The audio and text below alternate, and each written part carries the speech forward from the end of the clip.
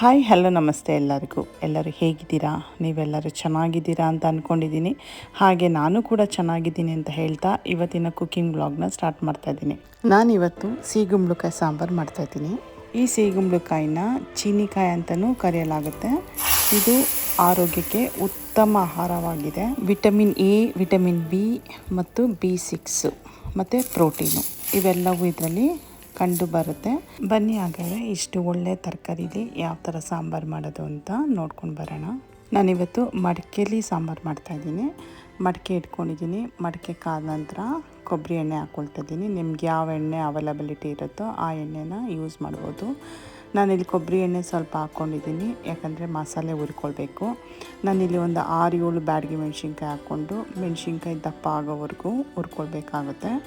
ಇಲ್ಲಿ ಮಸಾಲೆ ನಾವು ಎಷ್ಟು ಚೆನ್ನಾಗಿ ಹುರ್ಕೊಳ್ತೀವೋ ಸಾಂಬಾರು ಕೂಡ ಅಷ್ಟು ಚೆನ್ನಾಗಿ ಬರುತ್ತೆ. ನೋಡಿ, ಮೆಣಸಿನ್ಕಾಯಿ ಎಲ್ಲ ಹುರಿದಾಗಿದೆ. ಇವಾಗ ಮೆಣಸಿನ್ಕಾಯಿನ ಬೇರೆ ತಟ್ಟೆಗೆ ಎತ್ತಿಟ್ಕೊಳ್ತಾ ಇದ್ದೀನಿ.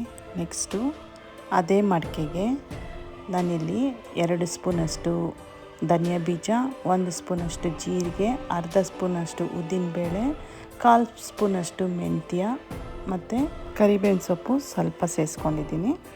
ಇದೆಲ್ಲನೂ ಚೆನ್ನಾಗಿ ಲೋ ಫ್ಲೇಮಲ್ಲಿ ನಾವು ಹುರ್ಕೊಳ್ಬೇಕಾಗುತ್ತೆ. ಇದೆಲ್ಲ ಹುರಿದಾದ ನಂತರ ಸ್ಟವ್ನ ಆಫ್ ಮಾಡಿ ಇಂಗನ್ನು ಸೇರಿಸ್ಕೊಳ್ತಾ ಇದ್ದೀನಿ. ನಂತರ ಬೇರೆ ತಟ್ಟೆಗೆ ನಾನು ಇದನ್ನ ಟ್ರಾನ್ಸ್ಫರ್ ಮಾಡ್ಕೊಳ್ತಾ ಇದ್ದೀನಿ. ನೋಡಿ, ಸಿಹಿಗುಂಬಳಕಾಯಿ 1ರಲ್ಲಿ 1/4 ಭಾಗದಷ್ಟು ತೊಗೊಂಡಿದ್ದೀನಿ.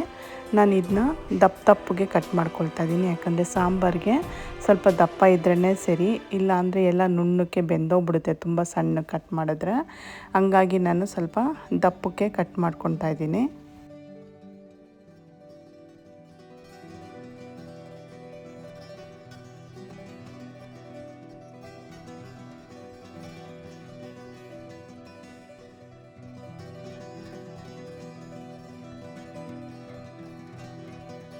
ನೋಡಿ, ಸಿಹಿಗುಂಬಳಕಾಯಿ ಎಲ್ಲ ಕಟ್ ಮಾಡ್ಕೊಂಡಿದ್ದ ನಂತರ ನಾನಿಲ್ಲಿ ಮಸಾಲೆಗಳನ್ನೆಲ್ಲ ತಣ್ಣಗಾಗಕ್ಕೆ ಬಿಟ್ಟಿದ್ದೆ. ಅದನ್ನ ಇವಾಗ ಮಿಕ್ಸಿ ಜಾರಲ್ಲಿ ರುಬ್ಬಕ್ಕೆ ಇಟ್ಕೊಳ್ತಾ ಇದ್ದೀನಿ. ಜೊತೆಗೆ ಸ್ವಲ್ಪ ತೆಂಗಿನಕಾಯಿ ತುರಿ ಕೂಡ ಸೇರಿಸ್ಕೊಳ್ತಾ ಇದ್ದೀನಿ. ಅದು ನುಣ್ಣಕ್ಕೆ ರುಬ್ಕೋಬೇಕು ಮಸಾಲೆ. ಇಲ್ಲಿ ಮಡಿಕೆಯಲ್ಲಿ ನೀರನ್ನ ಕುದಿಯೋಕೆ ಇಟ್ಟಿದ್ದೆ. ಆ ನೀರಿಗೆ ನಾನು ಕುಂಬಳಕಾಯಿ ಕಟ್ ಮಾಡಿ ಇಟ್ಕೊಂಡಿದ್ನಲ್ಲ ಅದನ್ನ ಸೇರಿಸ್ಕೊಳ್ತಾ ಇದ್ದೀನಿ. ಅದಕ್ಕೆ 1 ಸ್ಪೂನಷ್ಟು ಬೆಲ್ಲ ಸೇರಿಸ್ಕೊಳ್ತಾ ಇದ್ದೀನಿ. ನಂತರ ಸ್ವಲ್ಪ ಅರಿಶಿನ ಪುಡಿ ಕೂಡ ಸೇರಿಸ್ಕೊಳ್ತಾ ಇದ್ದೀನಿ. ಅದಾದ ನಂತರ ಹುಣಸೆ ರಸ ಆವಾಗಲೇ ನಾನು ತೆಗೆದಿಟ್ಕೊಂಡಿದ್ದೆ, ಅದು ಕೂಡ ಸೇರಿಸ್ಕೊಳ್ತಾ ಇದ್ದೀನಿ. ಹುಣಸೆ ರಸ ಸೇರಿಸ್ಕೊಂಡಿದ್ದ ನಂತರ ರುಚಿಗೆ ತಕ್ಕಷ್ಟು ಉಪ್ಪು. ಅದಾದ ನಂತರ ಸ್ವಲ್ಪ ಇಲ್ಲಿ ನಾನು ಬ್ಯಾಡಗಿ ಮೆಣಸಿನ್ಕಾಯಿ ಪುಡಿ ಸೇರಿಸ್ಕೊಳ್ತಾ ಇದ್ದೀನಿ, ಯಾಕಂದರೆ ಕಲರಿಗೋಸ್ಕರ 1 ಸ್ಪೂನಷ್ಟು ಸೇರಿಸ್ಕೊಂಡಿದ್ದೀನಿ. ಇದರಲ್ಲಿ ಮೈಲ್ಡಾಗಿ ಖಾರ ಇರುತ್ತಷ್ಟೇ, ತುಂಬ ಏನು ಖಾರ ಇರೋದಿಲ್ಲ. ಈ ಕುಂಬಳಕಾಯಿ ಎಲ್ಲ ಚೆನ್ನಾಗಿ ಬೇಯಬೇಕು. ಬೆಂದ ನಂತರ ನಾನು ಮಸಾಲೆ ರುಬ್ಬಿಟ್ಕೊಂಡಿದ್ನಲ್ಲ ಅದನ್ನ ಸೇರಿಸ್ಕೊಳ್ತಾ ಇದ್ದೀನಿ.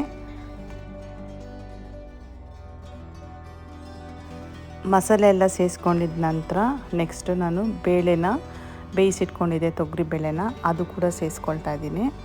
ತೊಗರಿಬೇಳೆ ಮಸಾಲೆ ಎಲ್ಲ ಸೇರಿಸ್ಕೊಂಡಿದ್ದ ನಂತರ ಒಂದು ಕುದಿ ಬರಬೇಕು, ಯಾಕಂದರೆ ಕುಂಬಳಕಾಯಿ ಆಲ್ರೆಡಿ ಬೆಂದಿರುತ್ತಲ್ವ, ಒಂದು ಕುದಿ ಬಂದರೆ ಸಾಕಾಗುತ್ತೆ. ನಂತರ ನಾವು ಒಂದು ಸಣ್ಣ ಒಗ್ಗರಣೆ ಕೊಡಬೇಕಾಗತ್ತೆ. ಈ ಸಮಯದಲ್ಲಿ ನೀವು ಉಪ್ಪು ಖಾರ ಎಲ್ಲ ಚೆಕ್ ಮಾಡ್ಕೊಳ್ಬೋದು. ಉಪ್ಪು ಕಮ್ಮಿ ಇದ್ದರೆ ಸ್ವಲ್ಪ ಉಪ್ಪನ್ನ ಕೂಡ ಸೇರಿಸ್ಕೊಳ್ಬೋದು. ಇದಾದ ನಂತರ ನಾನಿಲ್ಲಿ ಒಗ್ಗರಣೆಗೆ ಒಂದು ಪಾತ್ರೆ ಇಟ್ಕೊಂಡಿದ್ದೀನಿ.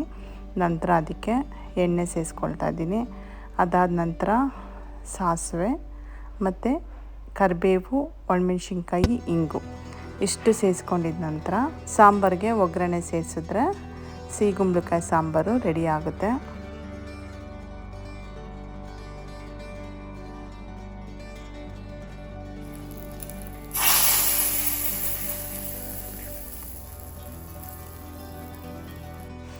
ಒಗ್ಗರಣೆ ಸೇರಿಸಿದ ನಂತರ ಒಂದು ಸ್ವಲ್ಪ ಕೊತ್ತಂಬರಿ ಸೊಪ್ಪು ಉದುರಿಸಿದ್ರೆ ಬಿಸಿ ಬಿಸಿ ಸಿಹಿಗುಂಬಳಕಾಯಿ ಸಾಂಬಾರು ರೆಡಿ ಆಯಿತು. ತುಂಬ ಚೆನ್ನಾಗಿರುತ್ತೆ ಅನ್ನಕ್ಕೆಲ್ಲ.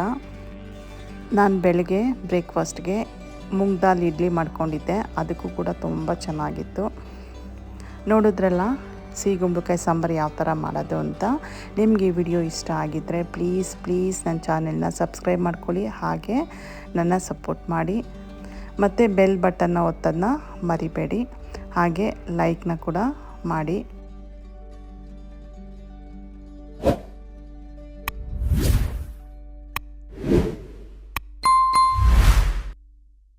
ನನ್ನ ವಿಡಿಯೋ ನೋಡೋದಕ್ಕಾಗಿ thank you and god bless you.